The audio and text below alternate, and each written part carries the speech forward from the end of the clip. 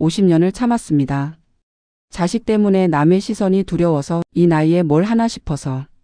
그렇게 살았던 68세 아내가 어느 날 갑자기 이혼을 통보했습니다. 남편은 충격에 빠졌습니다. 자식들도 만류했습니다. 하지만 아내는 말했습니다. 50년을 참은 게 아니에요. 50년을 살지 못했어요. 오늘은 평생을 참고 살았던 한 여성의 이야기를 들려드립니다. 이야기가 마음에 닿으신다면 다음 이야기에도 함께 해주세요. 그럼 시작하겠습니다. 2023년 봄 이순자 씨는 68세였습니다. 막내 아들이 결혼한 지 1년이 지난 어느 날 아침이었습니다. 71세의 남편 김상호 씨는 평소처럼 아침 식사를 마치고 거실 소파에 앉아 신문을 보고 있었습니다. 순자 씨가 천천히 다가왔습니다. 여보, 할 말이 있어요. 상호 씨는 신문에서 눈을 떼지 않은 채 대답했습니다. 무슨 말? 이혼하고 싶어요. 그제야 상호 씨는 신문을 내렸습니다. 귀를 의심하는 표정이었습니다. 지금 뭐라고 했어? 순자 씨는 남편의 눈을 똑바로 바라보며 다시 말했습니다. 이혼하자고요. 순자 씨의 목소리는 떨렸지만 눈빛만큼은 흔들림이 없었습니다. 상호 씨는 어이가 없다는 듯 헛웃음을 지었습니다. 우리가 결혼한 지 50년인데 갑자기 무슨 소리를 하는 거야? 갑자기가 아니에요. 50년 동안 생각했어요. 상호 씨의 목소리가 높아졌습니다.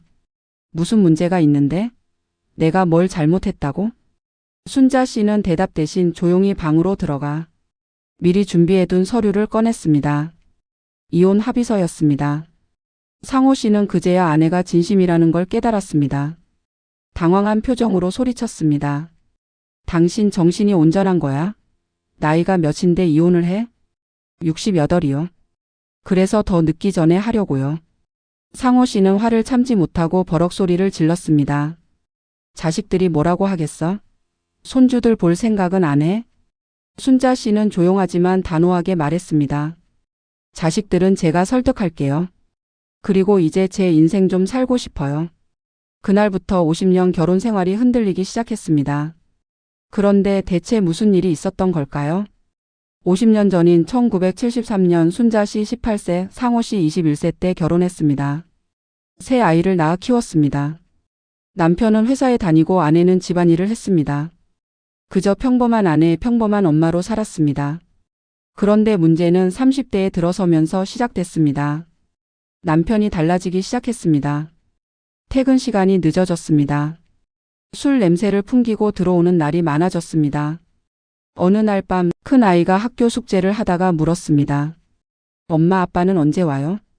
아빠한테 물어봐야 하는데. 조금만 기다려. 아빠 곧 오실 거야. 하지만 상호 씨는 밤 11시가 넘어서야 들어왔습니다. 순자 씨는 현관에서 남편의 옷에서 낯선 향수 냄새를 맡았습니다. 여자 향수였습니다. 순자 씨는 조심스럽게 물어봤습니다. 여보, 요즘 회식이 많네요. 상호 씨는 짜증 섞인 목소리로 대답했습니다. 회사 일이 바빠서 그래. 그런 것까지 신경 쓰지 말고 애들이나 잘 챙겨. 이 옷에서 향수 냄새가 나는데요. 상호 씨는 화를 냈습니다. 그게 뭐가 중요해? 의심하는 거야 지금? 나는 밖에서 고생하는데. 큰아이가 방문을 열고 나왔습니다. 엄마, 아빠 왜 싸워요? 순자 씨는 재빨리 웃으며 말했습니다. 아니야, 싸우는 거 아니야. 어서 자러 가. 그날 밤 순자 씨는 잠을 이루지 못했습니다. 혹시 다른 여자가 있는 걸까? 아니야, 그럴 리 없어. 그냥 회사 일이 바쁜 거겠지. 순자 씨는 스스로를 설득했습니다. 새 아이가 아직 어렸습니다. 큰 아이는 중학생, 둘째는 초등학교 고학년, 막내는 초등학교 저학년이었습니다. 이혼하면 애들은 어떻게 키우지? 혼자서 살아갈 방법도 없는데. 조금만 참자. 순자 씨는 참았습니다. 40대가 되자 남편의 태도는 더 심해졌습니다. 순자 씨에게 소리를 지르기 시작했습니다. 어느 날 저녁 식사 시간이었습니다. 순자 씨가 정성껏 차린 저녁상을 받은 상호 씨는 한 입 먹더니 젓가락을 내던졌습니다. 밥이 왜 이래? 맛이 하나도 없잖아. 오늘 반찬이 입에 안 맞아요? 입에 안 맞는 게 아니라 형편없어. 당신은 하루 종일 집에만 있으면서 밥도 제대로 못해? 아이들이 숨죽인 채 식탁에 앉아 있었습니다. 순자 씨는 아무 말도 하지 못했습니다. 아이들 앞에서 부부싸움은 하고 싶지 않았습니다. 엄마 밥 맛있는데? 큰딸이 조심스럽게 말했지만 상호 씨는 듣지 않았습니다. 너희들은 가만히 있어. 그날 밤 순자 씨는 부엌에서 혼자 울었습니다. 또 다른 날은 명절이었습니다. 시댁 식구들이 모두 모인 자리에서 상호 씨는 순자 씨를 무시했습니다. 형님, 이거 정말 맛있네요. 올케가 순자 씨가 만든 음식을 칭찬했습니다.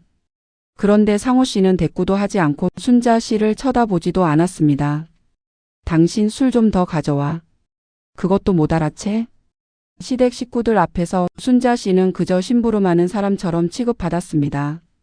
순자 씨는 속으로 생각했습니다. 조금만 더 참자. 애들이 다 크면 그때는 달라지겠지. 큰애가 곧 대학 가는데 학비는 어떻게 되지? 순자 씨는 또 참았습니다. 50대가 되자 이번엔 시댁 문제가 터졌습니다.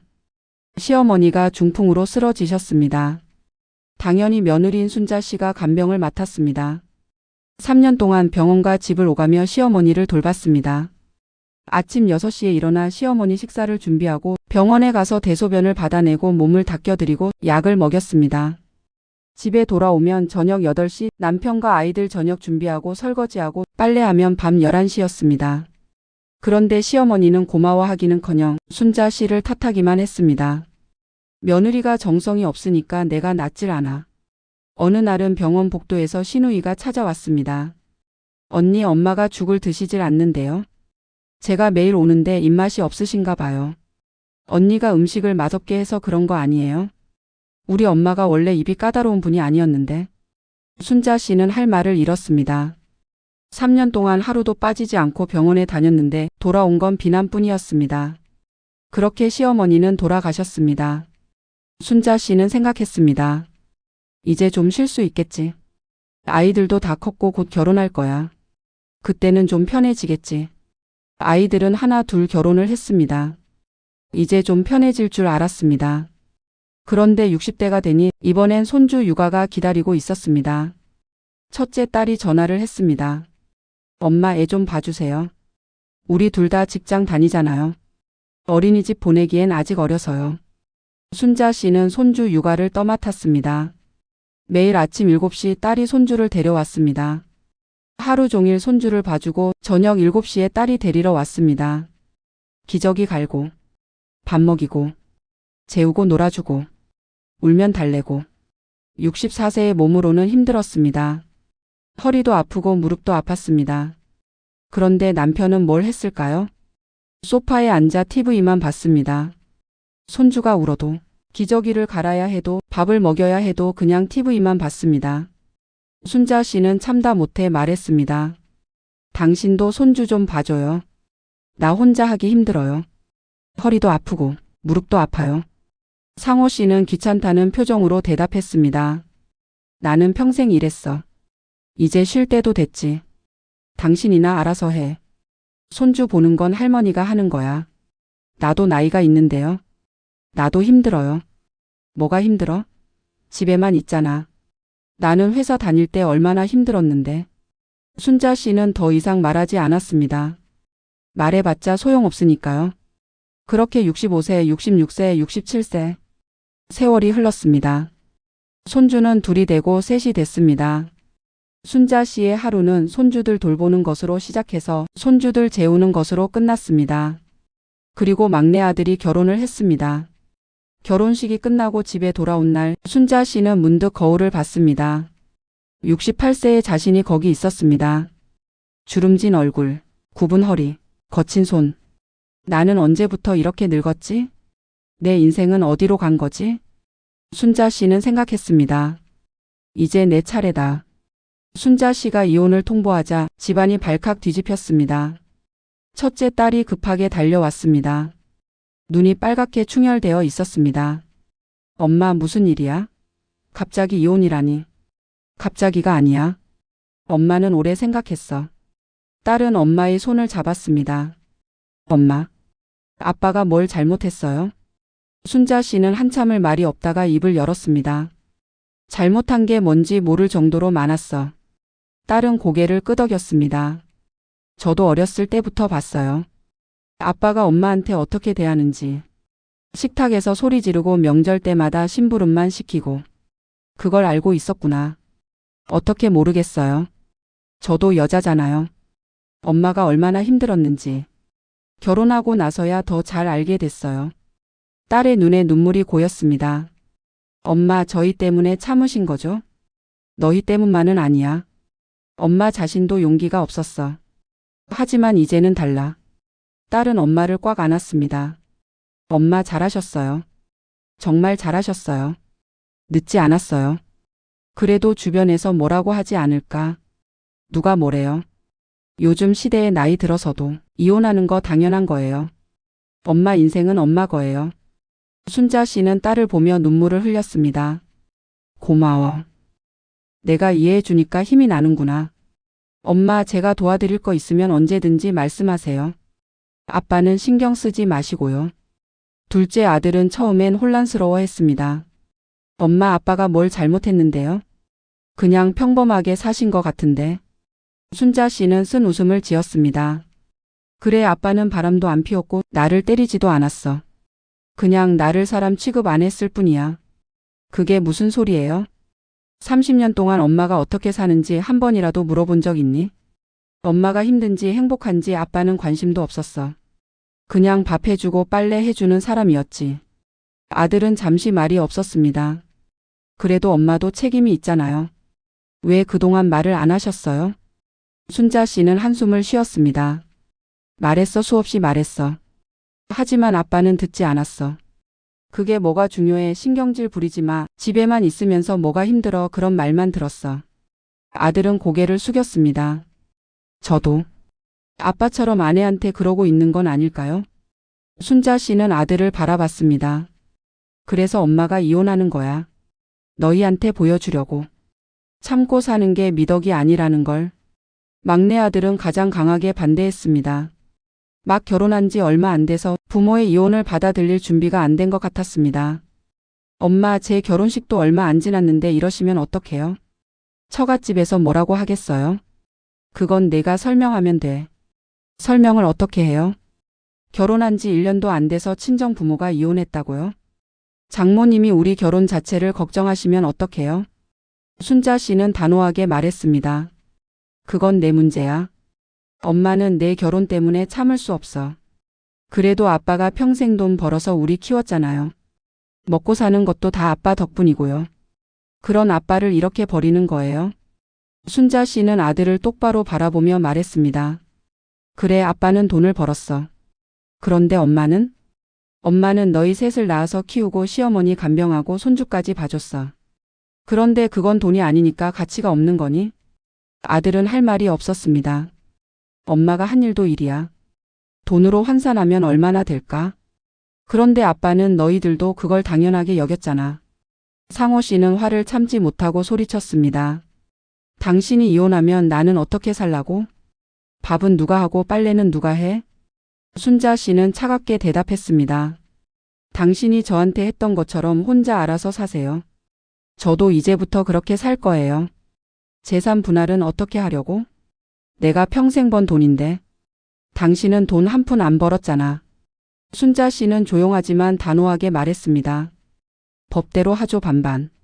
저도 50년 동안 당신 뒷바라지 했으니 당연한 권리예요. 법원 가서 얘기해봐요. 누가 맞는지. 상호 씨는 믿을 수 없다는 표정을 지었습니다. 당신 정말 미쳤어. 나이 들어서 철이 없어졌나 봐. 당신 혼자 뭘 할 수 있다고? 순자 씨는 더 이상 대꾸하지 않았습니다. 이미 마음을 정했으니까요. 2개월 후 두 사람은 법원에서 이혼 조정을 받았습니다. 재산은 반반, 집은 순자 씨가 가져갔습니다. 상호 씨는 첫째 딸의 집으로 들어갔습니다. 순자 씨는 50년 만에 혼자가 됐습니다. 그런데 놀라운 일이 벌어졌습니다. 순자 씨는 혼자 사는 게 전혀 외롭지 않았습니다. 오히려 세상을 다시 만난 것 같았습니다. 첫날 아침 순자 씨는 7시가 아닌 9시에 일어났습니다. 누구도 깨우지 않았고 급하게 아침을 차릴 필요도 없었습니다. 창문을 열고 햇살을 느꼈습니다. 이렇게 조용한 아침이 있었구나. 첫 번째로 한 일은 여행이었습니다. 평생 가고 싶었던 제주도에 갔습니다. 혼자서 한 달 동안 머물렀습니다. 제주 공항에 내린 순자 씨는 렌터카를 빌려 섬을 돌아다녔습니다. 성산 일출봉에 올라가 해돋이를 봤습니다. 50년 만에 보는 일출이었습니다. 해가 떠오를 때 순자 씨는 울었습니다. 나도 이제 다시 시작하는 거야. 바다를 보고 울음을 걸었습니다. 카페에 앉아 책을 읽었습니다. 한 주가 지나자 순자 씨는 웃음이 많아졌습니다. 게스트하우스 주인이 물었습니다. 혼자 여행 오셨어요? 외롭지 않으세요? 외롭지 않아요. 오히려 행복해요. 50년 만에 처음 느껴보는 자유예요. 두 번째로 한 일은 대학 평생교육원에 등록한 것이었습니다. 한국사 강의를 들었습니다. 평생 배우고 싶었던 역사를 이제야 배웠습니다. 교수님이 고려시대 여성의 삶에 대해 설명할 때 순자 씨는 고개를 끄덕였습니다. 그때나 지금이나 여자는 참고 살라고 했구나. 수업이 끝나면 같은 반 친구들과 차를 마시며 이야기를 나눴습니다. 같은 나이 또래의 여성들이었습니다. 모두 비슷한 이야기를 갖고 있었습니다. 저도 이혼하고 싶은데 용기가 안 나요. 한 친구가 말했습니다. 순자 씨는 대답했습니다. 늦었다고 생각하지 마세요. 지금이 가장 빠른 때예요. 세 번째로 한 일은 봉사활동이었습니다. 독거노인 도시락 배달 봉사를 시작했습니다. 순자 씨보다 나이가 많은 할머니, 할아버지들을 만났습니다. 어떤 할머니는 혼자 사시면서도 밝게 웃었습니다. 나도 한때는 시집살이가 힘들었는데 남편 먼저 보내고 나니까 편해졌어요.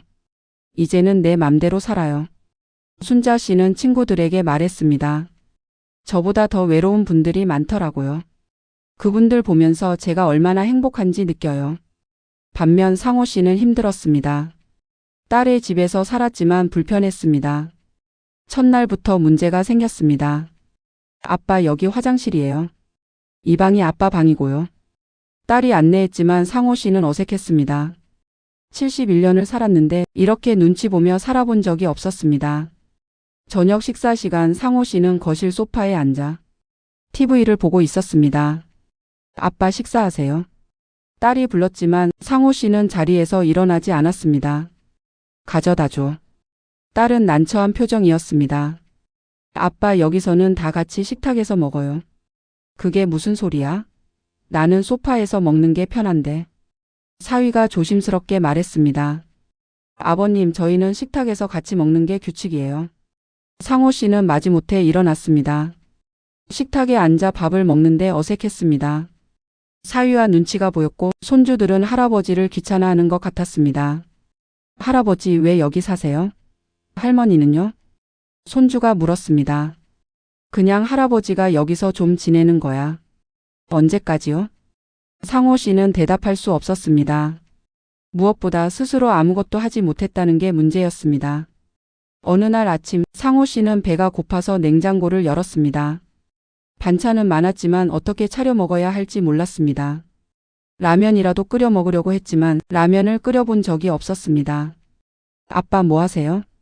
딸이 주방에 들어왔습니다. 배가 고파서 뭐 좀 먹으려고. 제가 차려드릴게요. 딸이 밥과 반찬을 차려주었습니다. 상호 씨는 딸이 차려준 밥을 먹으며 문득 생각했습니다.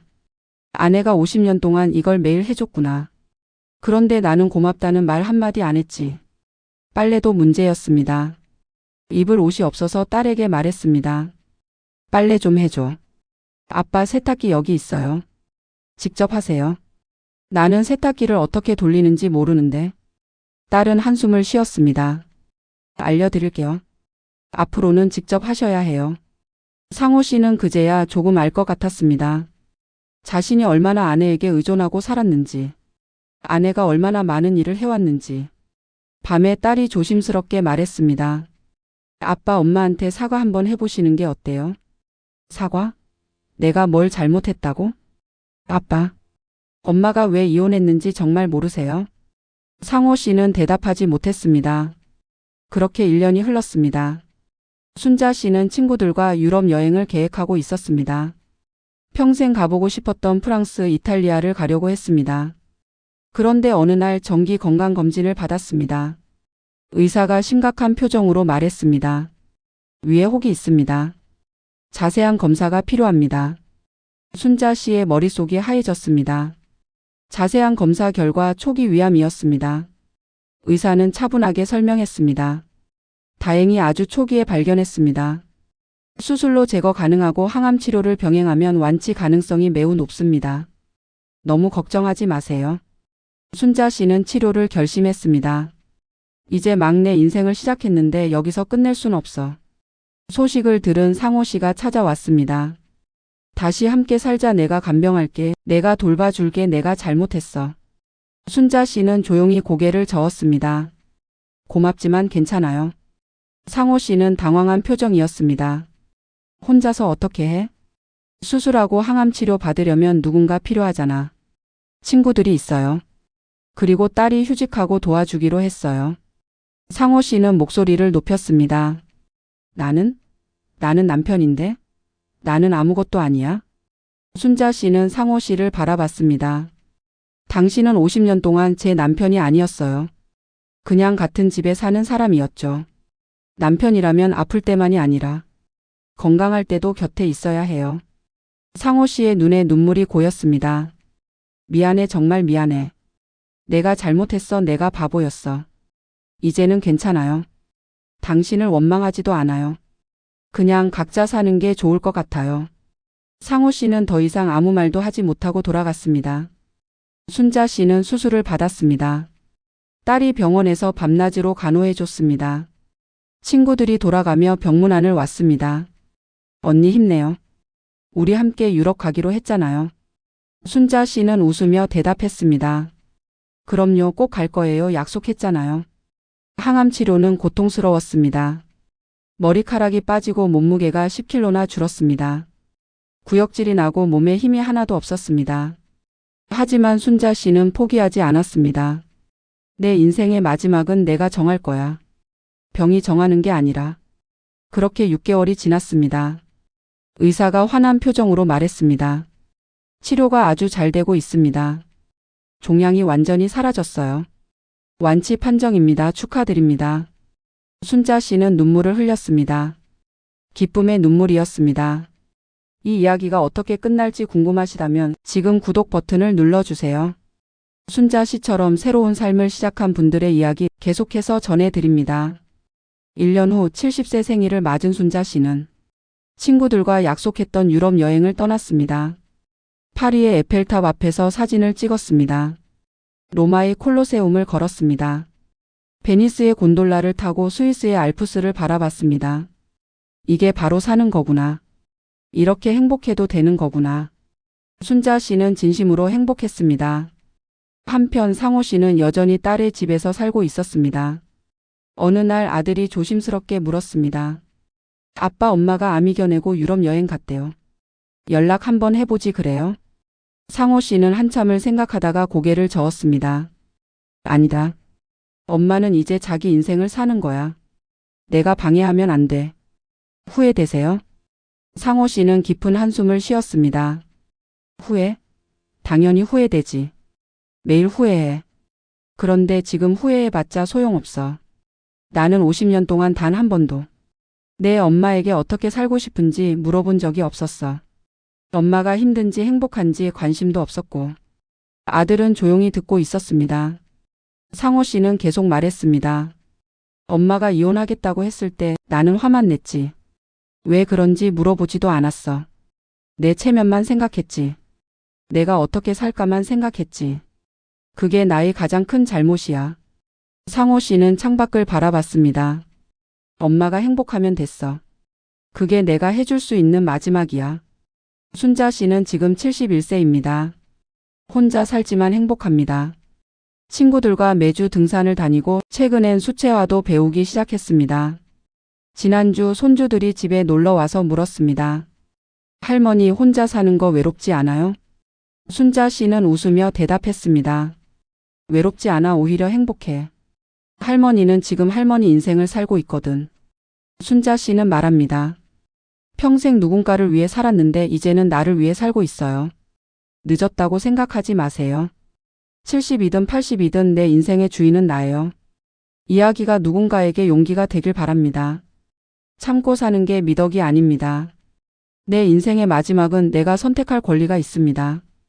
나이는 숫자에 불과합니다. 중요한 건 지금부터 어떻게 살 것인가입니다. 순자 씨처럼 늦었다고 생각했지만 새로운 삶을 시작한 이야기들 다음 영상에서도 계속 들려드립니다. 나도 할 수 있을까? 그 답을 함께 찾아가고 싶으시다면 지금 구독 버튼을 눌러주세요. 여러분의 구독 하나가 더 많은 분들께 용기를 전하는 힘이 됩니다.